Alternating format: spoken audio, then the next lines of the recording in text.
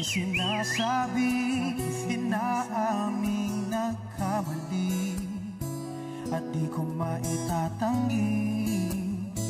Ngunit sinasabi ko sa'yo ngayon na ang puso kong ito may nagmamay-ari na. Ako'y